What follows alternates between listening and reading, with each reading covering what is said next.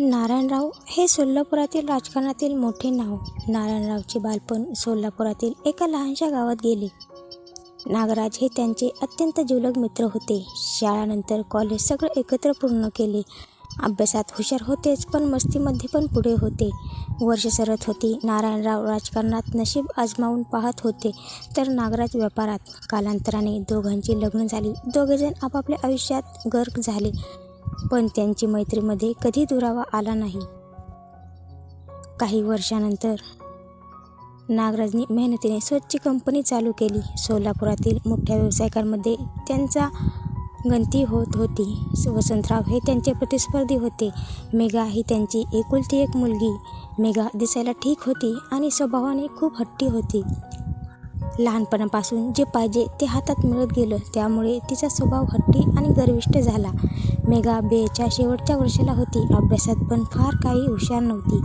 तिचे राघव नावाच्या मुलावर प्रेम होते. तो पण तिच्याच वर्गात शिकत होता.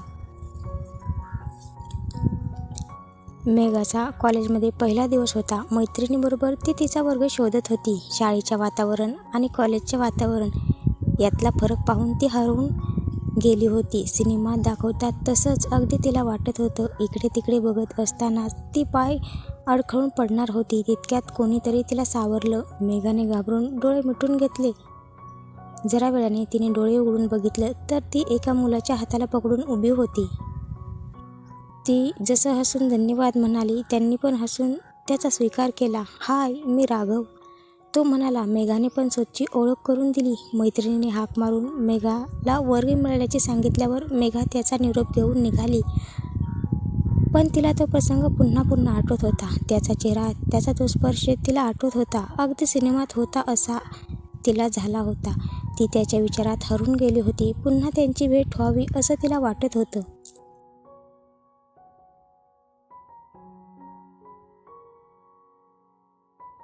असाच विचार करत असतानाच वर्गाच्या दरवाजातून तो आत येताना दिसला. तो मुलांच्या बेंचवर जाऊन बसला. मेघाला तर विश्वासच वाटत नव्हता की तो तिच्याच वर्गात आहे. बेल झाल्यावर सर आले. एकेकाने आपली ओळख करून द्यायला त्यांनी सांगितले. मेघाची पाळी आली ओळख करून द्यायची, पण ती तर राघवच्या विचारातच होती. मैत्रिणीने तिला हालून भानावर आणले, तेव्हा तिने तिची ओळख करून दिली. अधूनमधून ती राघवकडे चोरून पाहत होती. तो पण तिच्याकडे पाहत होता. असाच हा नजरेचा खेळ दिवसभर चालू होता. कॉलेज सुटल्यावर मेघाच्या मैत्रिणी तिला चिडवत होत्या, पण तिने त्यांना रागाने पाहिले. मनातून तिला ते चिडवणे आवडले होते. राघवचे मित्र पण त्याला चिडवत होते. तोही तिच्याबरोबर बोलण्यासाठी आतुर झाला होता. मेघा बघण्यासाठी तो ती जाईल तिथे जात होता. कॅन्टीनमध्ये ती बसेल तिच्या बाजूच्या टेबलवर बसत होता. त्याचे मित्र त्याला मदत करत होते. मुद्दाम तिला ऐकायला येईल असं चिडवत होते. तिच्या मैत्रिणी पण त्यात सामील झाल्या. लायब्ररीत, मैदानावर, वर्गात तिच्या नजरेत येईल असा राहत होता.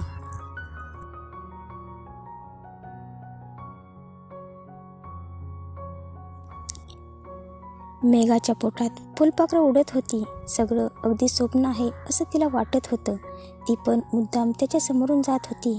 त्याला जळवण्यासाठी इतर मुलांबरोबर बोलत होती. शेवटी व्हॅलेंटाईन डेला राघवने तिला संपूर्ण कॉलेजसमोर गुलाब देऊन प्रपोज केले. मेघा तर आकाशातच उडत होती. तिने लाजून त्या गुलाबाचा स्वीकार केला. सगळ्यांनी टाळ्या वाजून त्यांचे अभिनंदन केले. दिवस सरत होते. सिनेमाला जाणे, फिरायला जाणे यामध्ये दोघंजण व्यस्त होते. संपूर्ण कॉलेजमध्ये त्यांची जोडी चांगलीच गाजली होती. रोज तासनतास मोबाईलवर बोलणे होत होते. त्यांना जगाचा विसर पडलेला. मित्रमैत्रिणी पण त्यांना साथ देत होते. काहीजण त्यांच्यावर जळत पण होते, पण त्यांना त्याची पर्वा नव्हती. राघव एका सामान्य घरातील होता, याचा मेघाला काही फरक पडत नव्हता. दोन जीव प्रेमाच्या नौकेवर सवार झाले होते.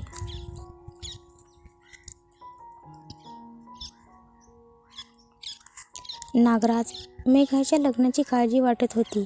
त्याला कारणही तसंच होतं. नागराजरावांना आजकाल ठीक वाटत नव्हतं. कामाच्या गडबडीत त्यांनी दुर्लक्ष केलं आणि तीच मोठी चूक झाली. नागराजरावांनी मेघाच्या लग्नाचा विषय घरात काढला. मेघाने तिच्या आणि राघवबद्दल आईला सांगितले होते, पण अजून नागराजरावांना याची कल्पनाच नव्हती. घरात विषय निघाल्यावर मेघाने नागराजरावांना तिच्या प्रेमाबद्दल सांगितले. नागराज जातपात धर्म याचा विचार करणारे नव्हते. गरीब श्रीमंत असा भेदभाव ते कधीच करत नसत. पण मुलाला भेटून मग ठरवू असं बोलून त्यांनी मेघाला दिलासा दिला. नागराजरावांना शेवटच्या स्टेजचा कॅन्सर होता. त्यांची प्रकृती दिवसेंदिवस खालावत होती. त्यांनी त्यांचा विश्वासू माणसाला राघवच्या मागावर लावले. थोड्या दिवसात त्यांची तब्येत बिघडली. तेव्हाच त्यांनी वकिलाला बोलावले आणि बंद खोलीत त्याची तासभर चर्चा चालू होती. मेघा आणि तिच्या आईला काही समजत नव्हते. काय चालू आहे? वकील गेल्यावर दोघी खोलीत गेल्या तेव्हा नागराज म्हणाले, राघव मला पसंत नाही. तुझे लग्न त्याच्याबरोबर होणार नाही.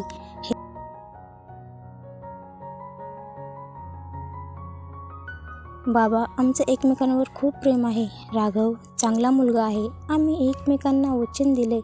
तसं मेघा जरा वैतागून म्हणाली. नागराज काही बोलणार इतक्यात त्यांना चक्कर आली आणि ते खाली कोसळले. मेघाने ताबडतोब ॲम्ब्युलन्सला फोन केला आणि लगेच नागराजरावांना ॲडमिट केले. ही बातमी सगळीकडे पसरली. डॉक्टरांनी नागराजला तपासले आणि त्यांच्याकडे फक्त 24 तास, जास्तीत जास्त 48 तास आहेत असे सांगितले. मेघाच्या पायाखालची जमीनच सरकली. आई तर बेशुद्धच पडली. बातमी समजताच नारायण त्यांच्या पत्नीसह आले. त्यांनी मेघाला धीर दिला.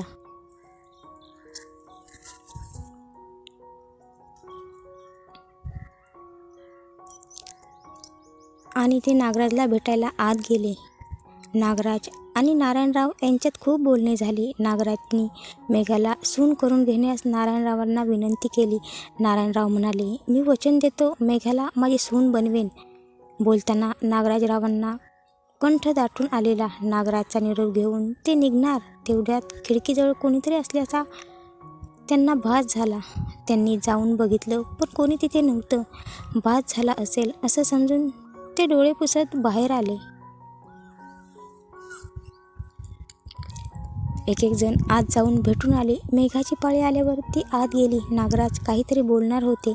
इतक्यात त्यांचा श्वास वाढला आणि लगेच बंद झाला. मेघाने डॉक्टरांना हाक मारली पण तोपर्यंत नागराजची प्राणज्योत मावळली होती. डॉक्टर त्यांची सगळी कार्यवाही करून बाहेर गेले. मेघा आणि तिच्या आईवर तर आभार कोसळले होते.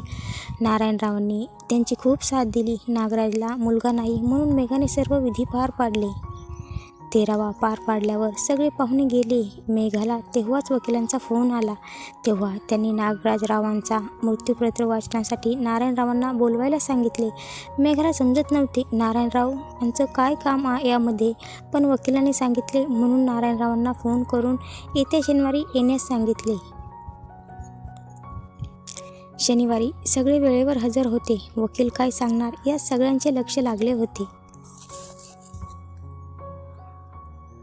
वकिलांनी वाचायला सुरुवात केली. नागराजांनी त्यांची अर्धी संपत्ती मेघाच्या आईच्या नावावर केली आहे तर बाकीची मेघाच्या नावावर केली आहे. पण मेघाने नारायणरावांच्या मुलाबरोबर लग्न केले तरच ती संपत्ती तिला मिळेल, नाहीतर नारायणरावांच्या नावावर केली जाईल. त्यासाठी मेघाकडे 2 महिन्यांचा अवधी आहे. हे ऐकून मेघा खालीच बसली. काय करावे तिला सुचत नव्हते. वकील सगळ्यांचा निरोप घेऊन निघाले तसे नारायणराव आणि इतर सगळे निघाले. मेघाने राघवला फोन करून भेटायला बोलावले. राघव येताच मेघाने धावत जाऊन त्याला मिठी मारली आणि सगळी हकीकत सांगितली. मेघा म्हणाली, मला ही संपत्ती नको. त्यासाठी मी अनोळखी मुलाबरोबर मी लग्न करणार नाही. आपण दोघे लग्न करून येथून निघून जाऊ.